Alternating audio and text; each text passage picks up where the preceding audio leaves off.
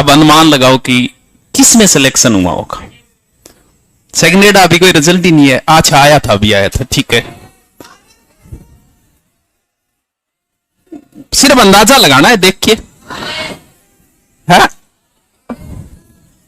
थे, अंदाजा लगाओ है। चलो कोई बात नहीं। अंदाजा लगाने में समस्या क्या है पता है? मैं बताऊं, पीछे से ही आवाज आ रही, ठीक। समस्या यह है कि जो हम हासिल नहीं कर सकते उसकी उम्मीद नहीं लगा सकते हम। जैसे मैं आपसे कहूं कि ऐसे भी लोग हैं दुनिया में जो दिन के 1-1 करोड़ रुपए कमाते हैं, आप कहोगे अनपॉसिबल, इम्पॉसिबल हो गया। हाँ, हो ही नहीं सकता सर 1 करोड़ रुपए।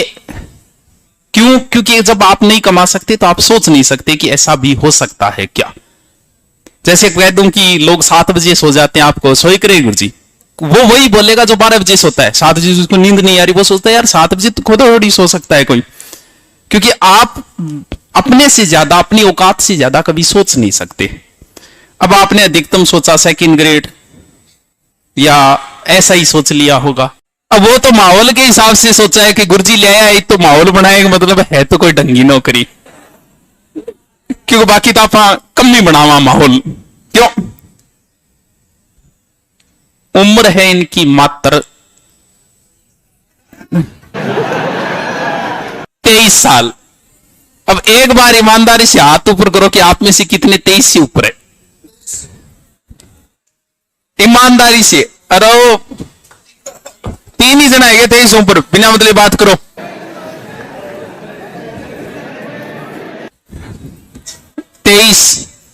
यानी 21 साल की उम्र में एसआई और आरएस के योग्य बनता है 21 साल में। एसआई का शायद 20 है, आरएस का 21 है। एसआई का भी 21 कर दिया क्या? पहले 20 किया था शायद, चलो जो भी है 20 या 21 साल में बनता है। और कोई व्यक्ति 23 साल की उम्र में आरएस जैसा एग्जाम क्लियर करे और उसमें भी वो पोस्ट मिले जो 1 नंबर पे। हाँ,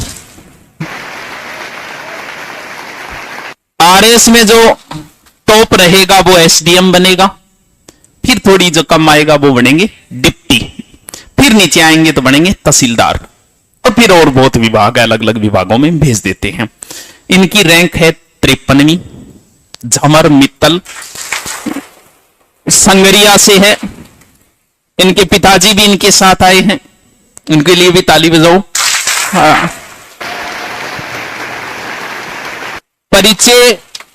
परिचय 2 ही तरीके से होता है किसी व्यक्ति का। पिता का परिचय 2 ही तरीके से है, इनके पिताजी या इनके बेटे।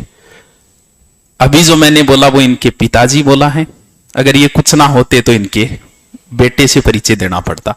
आज परिचय इनका हुआ है इनकी वजह से, और ये एक पिता के लिए सबसे बड़ी बात है। आप नौकरी लगोगे, खुश होने वालों में मुख्य रूप से माता पिता ही है। बाकी तो धीरे धीरे आपको पता चल जाएगा कि और कितने लोग खुश होते हैं। थोड़ा बहुत सेकंड नंबर मार मास्टर आंगवा हुआ कभी, चलो मास्टर भी राजी हो जाएगा, मारा टाबरिए को सिलेक्शन हो। ये पहले एलडीसी में थे। एलडीसी अभी इनकी ड्यूटी है चूरू के अंदर। एलडीसी 2018 में एलडीसी आई थी और अपने से ऑनलाइन जुड़े हुए हैं पहले से। अभी जो आरएस का रिजल्ट आया, मैंने किसी को कॉल नहीं किया, ना किसी को बुलाया।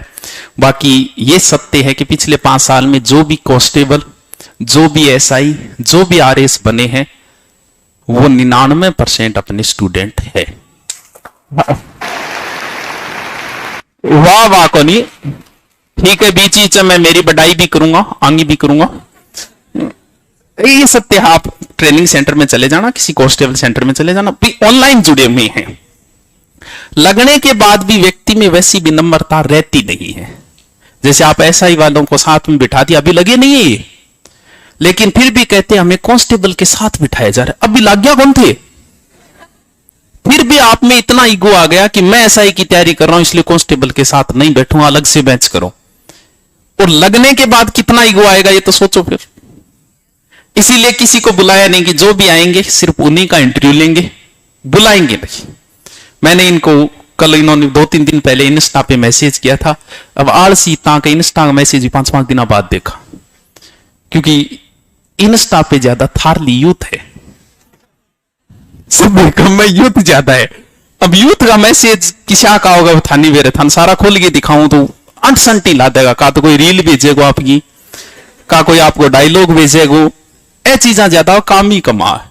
तो संयोग से वो देख रहा था तो उनके पहले इन्होंने आरएस लगा रखा था, नहीं एसडीएम लगा रखा था, तब ध्यान चला गया। फिर उनका भी आओ आप चूरू से हो तो आइए बच्चों से मुलाकात करें, ये एक सेशन क्यों करवा रहा हूं परिचय। अगर इन्हीं की उम्र अगर थोड़ी ज्यादा होती तो हो सकता है मैं आपसे परिचय नहीं भी कराता, क्योंकि 23 साल में एसडीएम बनना कोई छोटी बात नहीं है, गिने चुने लोग हैं। ऐसा क्या किया इन्होंने कि 23 साल की उम्र में सिलेक्ट हो गए, और वो भी पहले चांस में, पहली बार में। दूसरी बात इनकी है कि मैं, क्योंकि प्री हर कोई पास कर देगा, आप भी कर दोगे। मैं आपसे कहूं ना कि प्री में आप करंट पढ़ लेना, आपका प्री पास हो जाएगा, सिर्फ करंट से। थारजस्त्री कौन क्या बात, सत्य है। अगर आप करंट करके आ जाते हो तो बाकी कुछ थोड़ा बहुत मैथ रीजनिंग वगैरह थे आपका पास हो जाएगा। सिलेक्शन प्री से तो होता नहीं, सिलेक्शन किससे होगा, मेन से। मेन के लिए इनको मिले 4 महीने, 4 मिले कि 5 महीने, उससे पहले इन्होंने कुछ देखा ही नहीं था। यानी मेन के आपको मैं सब्जेक्ट बताऊं, जैसे एथिक्स है, समाजशास्त्र है, लोक प्रशासन है, खेल है, साइकोलॉजी है, ये ऐसे सब्जेक्ट है जो कई तो पहली बार सुन रहे कि सर व्हाट इज एथिक्स, और वो सब्जेक्ट तैयार करना, वो भी कितना समय, 5 महीने। तो भाई मैंने जानने की कोशिश की भी ऐसा क्या किया आपने कि 5 महीने आपने तैयार करके वो भी रैंक हासिल कर ली 53वीं, और आप एसडीएम बन गए इसी थे। लास्ट निष्कर्ष जो निकला है वो यही निकला है कि सिर्फ एक किताब पढ़ लेना, सिलेक्शन चाहिए तो सिर्फ एक। जितनी दाई बहनी बिताई पेट पाड़े, कोई भी किताब लेके आओ, मैटर एक ही है सब किताब। जिसने एक किताब के पीछे पड़ गया, आप देख लेना कोई भी एग्जाम में एक किताब से बाहर मैटर नहीं जाता है, मात्र 10% मैटर जाता है, जबकि आपको 90 तो चाहिए ही नहीं, आपको सिलेक्शन के लिए अधिकतम चाहिए 75%।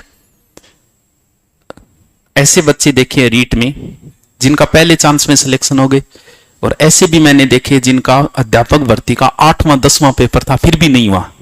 कारण यो ही पढ़ लूं, यो ही पढ़ लूं, सुभाष जी वीडियो ही देख लूं, प्राणियों का वीडियो ही देख लूं, बिम कोई नई बात ला देगी। नई बात कितनी ला दे, एक।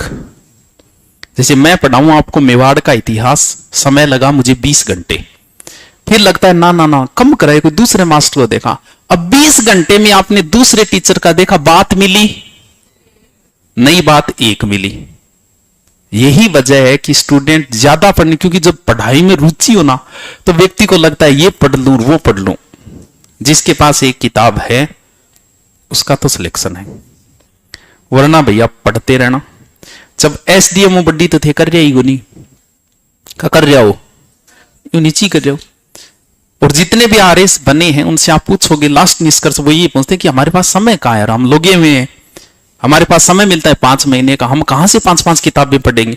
भैया आप देखोगे एथिक्स की हजारों किताबें आती हैं, कितनी पढ़ लोगे आप, एक। चाहे किसी के नोट्स ले आना किसी कोचिंग के, और भले ही आप खुद के नोट्स बना लो, चाहे एक किताब ले आना। पहली बात काम की आई ये बाइयो गर्ल छुटा लो, बोलो 23 साल में एसडीएम क्या कहे, तहसील का राजा होता है एसडीएम, वो भी पीछे एक एसडीएम लगे थे। पुलिस का एक डर होता है व्यक्ति के अंदर, हर व्यक्ति के अंदर, बचपन से के लास्ट तक। पुलिस की ड्रेस दिखते ही अचानक से कुछ और हार्मोन्स एक्टिव हो जाते हैं व्यक्ति के अंदर। भले आपने कुछ किया नहीं होगा, लेकिन अचानक से 2 कांस्टेबल आपके घर पे आ जाए, भले ही वो बेचारा कोई और को एड्रेस पूछना जाओ, आप अचानक से डर जाओ, किया आपने कुछ नहीं। पुलिस के नाम का एक डर होता है, एक हार्मोन से, वो है ही इस प्रकार की, सबके अंदर होता है। तो वो एक नए एसडीएम लग गए थे, और वो डर पहले से होता है ये पुलिस के नाम का। बोल मैं सुबह उठा, सुबह 2 गाड़ियां आई, पी पी पी करके घर के आ गई, मैं अचानक से डर गया, पुलिस आई, फिर याद आई मैं तो एसडीएम हूं, मेरे घर पे आएंगे। अब डिप्टी भी इनके अंडर रहेगा, कई बार क्या होते हैं, हम रील्स देखते हैं, आजकल के युवाओं को आदत होती है ये जो नए नए जो है हथियार वाले, इनको फॉलो करने की, जो अंडरवर्ल्ड के डॉन होते हैं उनको फॉलो करने की, उनको आदर्श मानने की। वो उनकी लाइफ देखते हैं कई बार की, आता है 4 गार्ड्स आ गए या ले डालना लगे, यार क्या लग्जरी लाइफ है। होता है जो 20 22 23 25 साल की, उन सब में होता है। हो सकता है हमारे अंदर भी रही होगी ये चीज, गुंडागर्दी वाली फीलिंग, लोग मुझसे डरे, ऐसी फीलिंग होती है सबके अंदर। अब वो ये सोच रहा है कि ये मैं करूं, मेरा नाम हो जाएगा और मैं भी ऐसी शानो शौकत से रहूंगा। अरे भाई तू थानेदार लग जा, कहीं शादी में जाए सारा कांस्टेबल ले जाई बिलाई बेड़ा करके, बिंगो ज्यादा रो पड़ेगो, या फिर जकी रील ने थे सो चांद फॉलो कर लिया, गुंडा बन जा, बंग ज्यादा पड़ेगो। भी आप थानेदार बने, ऐसा ही बने। एक थाने के अंदर 50 कांस्टेबल है, क्या उनको नहीं ले जा सकते साथ में? मैं थारा ही कहना मानो। आप 5 महीने की मेहनत में आज डिप्टी भी इनके पीछे ऐसे खड़ा होगा, भले ही डिप्टी की उम्र 45 ही क्यों ना हो, 50 ही क्यों ना हो, चाहे डिप्टी लास्ट 58 साल का ही क्यों ना, उसे सैल्यूट मारना ही पड़ेगा। और डिप्टी भी ऐसे खड़ा होगा। वजह सिर्फ एक ही है, किताबें। किताबों से जो प्रेम करेगा ना, उसे वो इतना सम्मान देगी। अब अपराध की लाइन की हो, सोच रहे हो, कहा तो एनकाउंटर हो जाएगा, कहा तो पुलिस सारा चेप देगा थाने, बह नहीं चेपेगा तो सामने ग्रुप चेप देगा थान। बात तो बा लाइफ है जबकि थान बड़ी लग्जरी लग रही है, और एक ये लाइफ है जिसके अंदर अच्छा तो अधिकारी, अच्छी गाड़ियां, अच्छा रुतबा और मात्र 1 साल की मेहनत है। तो ज्यादा फायदा कौन सा? ज्यादा फायदा तो मैं, तो फिर बिन्ने क्या में जा रहे हो, तो बन क्या हम फॉलो कर रहे हो? है ये आपकी सोच पे डिपेंड है कि आप किन्हें फॉलो कर रहे हो। 1 साल की मेहनत, जैसे बिजनेस में आज कर रहा हूं, कई साल हो गए इस लाइन में, 10 साल हो गए, तब जाके मेरे नीचे कुछ लोग काम करना शुरू किया है, ठीक है, 15 20 50 100, ठीक है, इतने ही तुम्हें। 1 साल की मेहनत में आपके अंडर कितने लोग काम करेंगे ये सोचो। पूरी तहसील इनके अंडर होगी, पूरी तहसील के अंदर कम से कम 150 कांस्टेबल होते हैं। कितने एलडीसी है, कितने पटवारी है, कितने ग्राम सेवक है, जोड़ लो। 5 महीने की मेहनत, पूरा हॉस्पिटल, पूरा विभाग इन्हीं के अंदर आता है, डॉक्टर वगैरह सारे यही चेक करेगा। पूरे तहसील के जितने नौकरी, एक तहसील में नौकरी करने वाले कम से कम 500-600 लोग तो होंगे, एलडीसी, पटवारी, ग्राम सेवक, सबको मिलाएंगे तो वो लोग सिर्फ 5 महीने की मेहनत पे, इनके आदेश पे, इनके अंडर काम करेगी। अब बताओ फायदा कौन से में? अगर आप इंटेलिजेंट हो तो अच्छी तैयारी, लेकिन ये ध्यान रहे, क्योंकि मैंने इनको इसलिए लाया कि आप प्रश्न पूछ सको। बहुत सारा संशय होता है कि पहले आरएस की तैयारी करें या किसी और की तैयारी करें, किस प्रकार तैयारी करें, 5 महीने में कैसी तैयारी की आपने, इसके लिए ये सेशन रखा गया है। आप पूछ सको, माइक देता हूं, जिसको भी पूछना है बिना संकोच पूछो, कोई शर्म शंका बात को नहीं है। पहली बार रखा गया ये कि आप पूछ सको। आपके प्रश्न सिर्फ आपके नहीं है, वो राजस्थान के हर युवा का प्रश्न है। भी आपके मन में जो प्रश्न उठा, आपको क्या लगता है वो सिर्फ आपके ही उठा है? 15 लाख तैयारी करने वालों में सबके उठता है वो प्रश्न। तो इसलिए आपके प्रश्न बड़े महत्वपूर्ण है, जिसे पूरा राजस्थान देखेगा, समझना चाहेगा, इसीलिए इनका सेशन रखा गया है। तो दो माइक, पहले तो 2 वचन 2 बातें।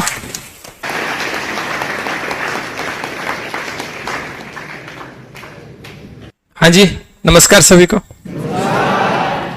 और कैसे हो सभी?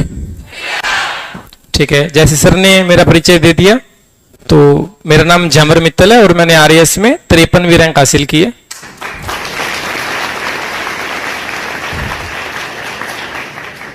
तो सबसे पहले तो मैं, जो तारानगर गुरुकुल है, हमारे सुभाष चरण जी हैं, गुरु हैं, तो इनका धन्यवाद देता हूं कि इन्होंने मुझे इतना बड़ा प्लेटफॉर्म प्रदान किया। तो आज जब इस सेशन के लिए मैं गुरुदेव से मिलने आया, तो मैंने सोचा भी बच्चों के सामने सेशन होगा, क्या बोलेंगे, इतने सारे बच्चे होंगे, क्या क्वेश्चन पूछेंगे, क्या आंसर दूंगा। लेकिन मेरे पास तो एक मूल बात एक ही थी कि भाई पढ़ाई करो और सिलेक्शन हो जाएगा, कोई दूसरी बात ही नहीं है कि आप जितनी पढ़ाई करोगे आपके सिलेक्शन के चांस उतने बढ़ जाएंगे। इसमें कोई भी दूसरी तीसरी चौथी बात एक्स्ट्रा मैं ऐड क्या करूं भैया, जो सिलेबस है, जो टॉपिक है और उसके लिए जो किताब है, आपने सिलेबस देखा, टॉपिक देखा, किताब से वो पढ़ लिया, 3-4 बार रिवाइज कर लिया, पेपर आया उसमें आपने टिक कर दिया और आपका सिलेक्शन हो गया। चौथी कोई बात नहीं है इसमें मोटिवेशन वाली, है ना। तो पढ़ाई करो, मन लगा के पढ़ाई करो और जो भी किताबें हैं वो पढ़ो। तो ज्यादा किताब, ज्यादा मटेरियल, ज्यादा टेलीग्राम पर आपको घूमने की जरूरत होती नहीं है। अब जितने भी मैंने पहले एलडीएस का एग्जाम क्लियर किया, फिर पटवारी का एग्जाम क्लियर किया, उसमें मुझे सेटलमेंट डिपार्टमेंट मिला था, मैंने ज्वाइन नहीं किया। उसके बाद मेरा एसआई का प्री क्लियर हुआ था, लेकिन फिजिकल मैं देने नहीं गया था क्योंकि तब हमारा आरएएस मेंस का एग्जाम था, तो एसआई भी क्लियर था, फिर आरएएस भी क्लियर हो गया। तो क्या ऐसी बात थी, कुछ तो ऐसा होगा ना कि अपन सोचते हैं कि सर आपके एग्जाम सभी क्लियर हो रहे हैं, हमारे अंदर क्या कमी है, हमारे एग्जाम क्लियर क्यों नहीं हो रहे। तो वही बात है कि हमारे अंदर पूर्वाग्रह बहुत सारे हैं, जिसका एक बार भी एग्जाम क्लियर नहीं होता तो उसके मन में पूर्वाग्रह बहुत ज्यादा आ जाते हैं। क्या पूर्वाग्रह, कि कोई ना कोई धांधली होती होगी, या जो एग्जाम हम पढ़ते हैं हमारी कोई बुक्स गलत है, या फिर आरपीएससी जो भी कर्मचारी चयन बोर्ड है ये पेपर पता नहीं किस हिसाब से सेट करता है। तो इस प्रकार के जो पूर्वाग्रह हो जाते हैं, तो इसकी वजह से हमें बहुत ज्यादा लॉस होता है। जब भी आपको पढ़ते हैं आपको बिल्कुल फ्रेश माइंड से ये सोच के पढ़ना है कि जो सिलेबस में है, अगर मैं वो टॉपिक पढ़ूंगा, सही पढ़ूंगा, उसे रिवाइज करूंगा तो मेरे नंबर आएंगे। इसलिए तो हमेशा फ्रेशर्स का सबसे ज्यादा चयन होता है, आपको ये बात ध्यान रखनी है ना पहली तो। और अगर और बात करें तो प्रिंटेड जो मटेरियल है आप उससे ज्यादा पढ़ो। ज्यादा ऑनलाइन में अगर यूट्यूब वीडियोस देखोगे तो उसमें आपको समझ भी आएगा, आपको लगेगा कि हाँ मुझे समझ आ गया, अब जो पेपर होगा मैं वो कर दूंगा, लेकिन उसमें क्या अपने को याद नहीं रह पाता। तो पहली बात तो आप प्रिंटेड मटेरियल से ज्यादा पढ़ो, जो भी आपके पास हार्ड कॉपी में अवेलेबल है उससे पढ़ो। अगर किसी वक्त आपको यूट्यूब पे कोई चीज समझ नहीं आती है, देखनी है, तो आप देखो, पर साथ में एक पेन और कॉपी लेके बैठो, ताकि जो भी चीज आपको बताई जा रही है आप उसे नोट डाउन कर लो, क्योंकि लंबे समय तक कोई भी चीज आपके दिमाग में टिकती नहीं है। अच्छा, मैं एक बार सुभाष सर की वीडियो देख रहा था तो कह रहे थे कि रट्टा मारना जरूरी है। जैसे सर ने बताया था कि आपको बचपन में 2 दूनी 4, 4 दूनी 8 ऐसे बताया हुआ रट्टा मार मार के, तो आपको आज तक याद है। लेकिन जो बातें आज आपने पढ़ी, आपको समझ में आ गई, आपने रिवाइज नहीं की, तो वो आप आगे आने वाले टाइम में भूल जाओगे, चाहे आपको कितना बड़ा समझ आया हो। तो रिवाइज करते रहो, रिवीजन इज द की, है ना। आपको ज्यादा से ज्यादा चीजों को रिवाइज करना है और बहुत ज्यादा मटेरियल के चक्कर में आपको जो है वो नहीं पढ़ना। तो मोटी मोटी बात तो यही है। अब मोटिवेशन के तरीके तो हजारों हैं, आपको चार्ज अप कर सकते हैं, लेकिन सबसे जो बड़ा मोटिवेशन तो यही होता है कि आप भी जब लग जाओगे तो आपकी जो खुशी है, आपके माता पिता की खुशी है, जो चारों तरफ आपको जो प्रशंसा मिलेगी, आपको चारों तरफ जो मान इज्जत मिलेगा, आपका जो पूरा करियर सेट हो जाएगा, इससे बड़ी मोटिवेशन और क्या हो सकता है आपके हिसाब से। तो और भी बहुत सारी चीजें हैं, लेकिन पढ़ाई करो, पढ़ाई ही की है, बाकी सब बातें की बातें हैं। आप ज्यादा से ज्यादा पढ़ाई करो, ज्यादा से ज्यादा रिवीजन करो और एग्जाम में सफलता हासिल करो। कोई बड़ा सूत्र नहीं है। अब मैंने 5 महीने में, कुछ पूछते हैं कि सर आरएस की तैयारी लोग सालों करते रहते हैं, आपने सर 5 महीने में तैयारी कैसे कर ली 5 महीने में। तो कोई इसका सा गुप्त सूत्र नहीं है जो मेरे पास है और आप सबके पास नहीं है। इसका सबसे साधारण और एक ही सूत्र है कि जो जो आपके एग्जाम में, जो जो सिलेबस में आपके टॉपिक हैं, उसके लिए आप जो भी निश्चित किताब है वो ले आओ और उसे अधिक से अधिक रिवाइज करो। जो चीज समझ नहीं आती वो अपने गुरुदेव गुरुजनों से पूछो, आप यूट्यूब पे वीडियो देख लो साथ में कॉपी पेन लेके, और जो भी टॉपिक है वो कवर करो और आप अपना सिलेक्शन हासिल कर लो। इसमें कोई दोहरा सूत्र नहीं है। और आजकल एक बात और देखी जाती है, लोग बहुत सारे संस्थान से जुड़ जाते हैं कि मैं उसका भी पढ़ लूं, इसका भी पढ़ लूं, उस कोचिंग का भी पढ़ लूं। पहली बात तो ये बता, तुम दिमाग से निकाल दो कि एक कोचिंग ही बढ़िया है। कोई भी कोचिंग से जुड़ जाओ, कोई भी, पूरे राजस्थान में जितनी कोचिंग है कोई भी कोचिंग से जुड़ जाओ, कोई फर्क नहीं पड़ता। लेकिन फर्क इस बात से पड़ता है कि उस कोचिंग पर पूरा आपका फेथ कितना का है। आप कोई भी एक कोचिंग लो और उस पर पूरा फेथ रखो, जो उसके गुरुजनों है उस पर पूरा फेथ रखो, और जो भी चीजें पढ़ाई जाती है उसे पढ़ो। क्योंकि कोई भी कुछ भी पढ़ाएगा, लेकिन पढ़ाएगा तो सिलेबस का टॉपिक है ना। जो भी आपके पेपर में टॉपिक है, अगर राजस्थान में अगर नदियों का टॉपिक आ गया तो कोई भी टीचर है, कोई भी कोचिंग है, नदियां तो नदियां रहेगी, वो तो वो की वो रहेगी। तो आप ध्यान से उस टीचर की बात सुनो, उस टीचर पे फेथ रखो, जो भी चीज वो बताता है वो करो, उसे बार बार रिवाइज करो। हालांकि अलग अलग जैसे होते हैं कि आप कोचिंग कई कहते हैं कि मूल बुक से पढ़ो, नोट्स वगैरह रेफर मत करो, तो ऐसी बात नहीं है। देखो जो सब चीजें बनी है सब स्टूडेंट्स के लिए बनी है, नोट्स भी स्टूडेंट्स के लिए हैं, टेस्ट सीरीज भी स्टूडेंट के लिए हैं। तो आप तो देखो कि मैं किन चीजों में कमजोर हूं, किन चीजों में आप कमजोर हैं, उसके लिए नोट्स पढ़ लो। जो समझ नहीं आ रहा तो यूट्यूब वीडियो देख लो, किसी चीज की रोक नहीं है आपको। आपको तो बस मेन आपको जो दिमाग में होना चाहिए वो यही होना चाहिए कि ये जो टॉपिक है ये मुझे आज कवर करना है, मुझे आज ये समझ के याद करना है। टॉपिक वाइज अपनी स्टडी को पढ़ते रहो और आपको सफलता मिल जाएगी, कोई बड़ी बात नहीं है इसमें, है ना। तो ये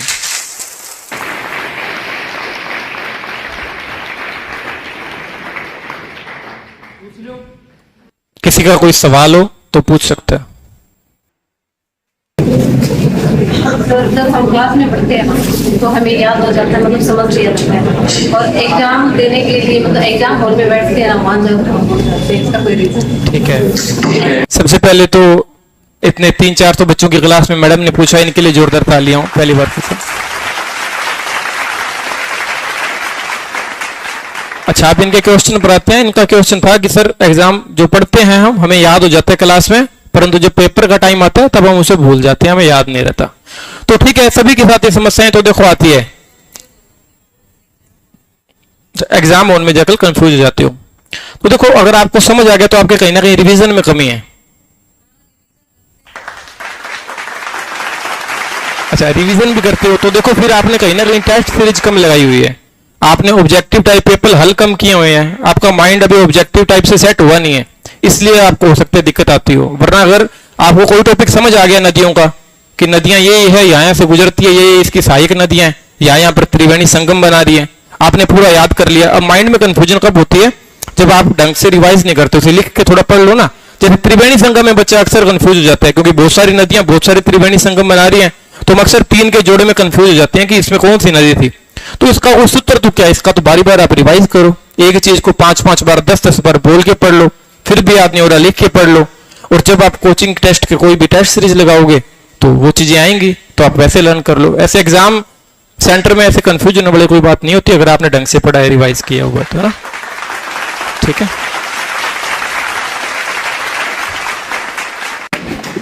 सर जैसे एग्जाम हमारा होने वाला है 15 दिन बाकी है या 1 महीना बाकी है, तो हमारे पास इतना मैटर होता है कि हम पूरा नहीं पढ़ पाते एक साल। तो उसके लिए मतलब कहाँ से मैटर करें ताकि वो एग्जाम में हमारे वही से आ सके। ठीक है, सभी शांत हो जाओ। मैडम ने पूछा है कि एग्जाम के 15-20 दिन पहले हमारे पास जो मैटर है वो बहुत ज्यादा हो जाता है पढ़ने के लिए, तो 15-20 दिन में उसे कंपाइल कैसे करके सारा कैसे पढ़ें। तो देखो एग्जाम आपको पता तो होता है ये 3-4 महीने पहले कि हमारा एग्जाम इस तारीख को होने वाला है। तो आप जब तैयारी करते हो 1-1.5 साल पहले तो आप नोट्स भी बनाते होगे। तो जब आप नोट्स बना रहे हो और आपको पता है 3-4 महीने बाद मेरा एग्जाम है, तो धीरे धीरे नोट्स के शॉर्ट नोट्स बनाना शुरू कर दो।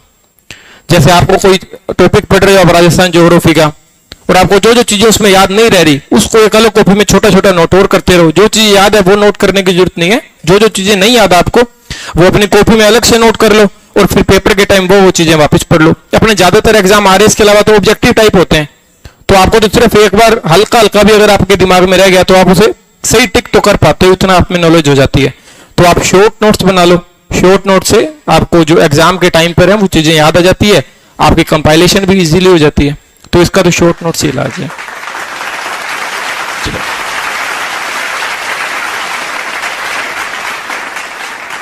कोई बात नहीं, आप पूछ लो, मैं फिर बोल दूंगा, रिपीट कर दूंगा। जी 2 महीने उसमें क्या मेरा पेपर क्लियर हो सकता है?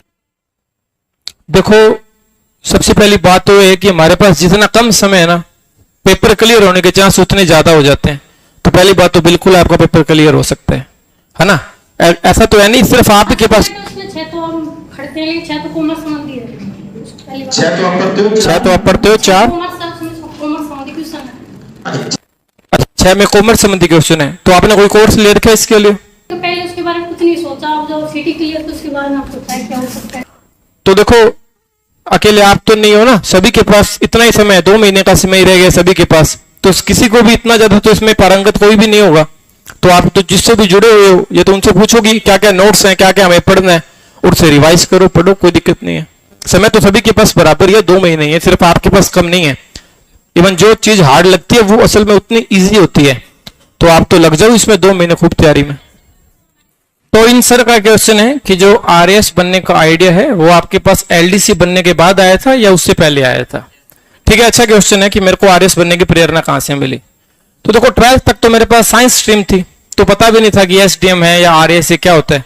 तो पहले तो एक पता था कि 11,000 पदों पे बड़ी भर्ती आई है और मिडिल क्लास फैमिली के लिए सरकारी नौकरी बहुत बड़ी बात होती है।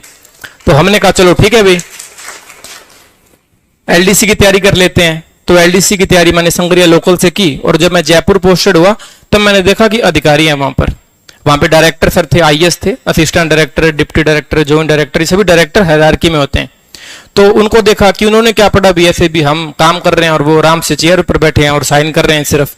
तो पता लगा कि आरपीएससी का आरएस एग्जाम होता है या यूपीएससी आईएएस एग्जाम कंडक्ट करवाती है। और ये आपको पता होता है हमेशा से कि मेरे में पोटेंशियल है क्या नहीं है। आपको ये बात हमेशा पता होती है कि हाँ मैं इतना पढ़ सकता हूँ। वैसे भी आप 10th है 12th है करके आए हो, आपको इतना तो पता ही होता है कि मेरे में माइंड है, मैं आरएस निकाल लूंगा या नहीं निकाल लूंगा। तो एलडीसी के बाद में मुझे पता लगा जब मैंने अधिकारियों को देखा कि आरएस नाम का एग्जाम होता है, इसमें ये पोस्ट होती है, अलग अलग विभाग के अधिकारी बन सकते हैं। तो एलडीसी के बाद में मेरे मन में आरएस बनने का है।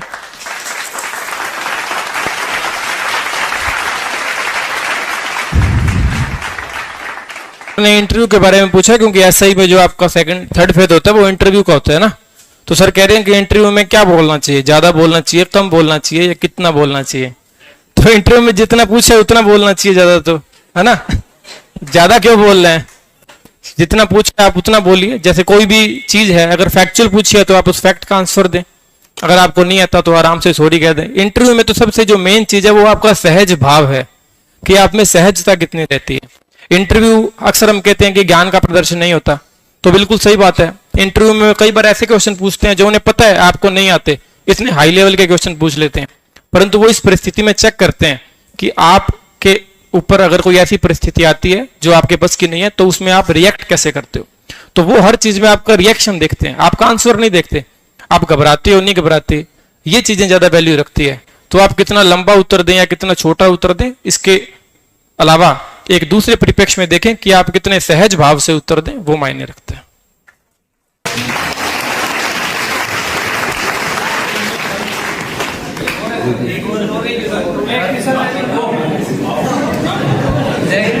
जी सर जैसा कि सर ने बताया है कि मात्र 5 महीने की तैयारी से आप आरएस बन गए, तो सर ये कैसे संभव हो सकता है कि कोई भी बंदा 5 महीने की तैयारी से आरएस बन गए?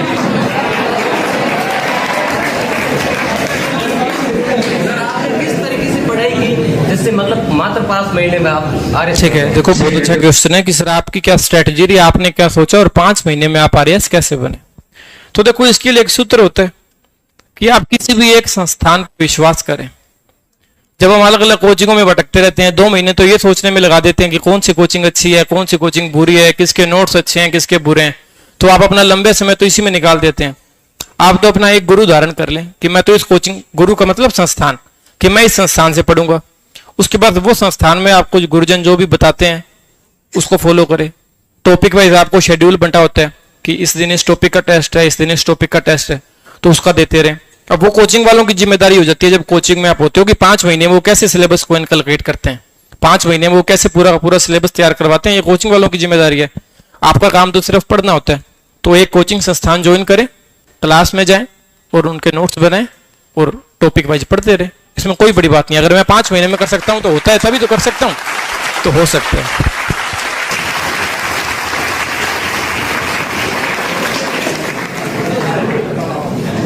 ठीक है, आपको बहुत बहुत बधाई। मैं तो चर्चा करता रहूंगा, दोबारा मुलाकात होती रहेगी। ठीक है, बधाई हो आपके लिए। ठीक है साहब। हाँ, शायरी प्रोग्राम में। हाँ,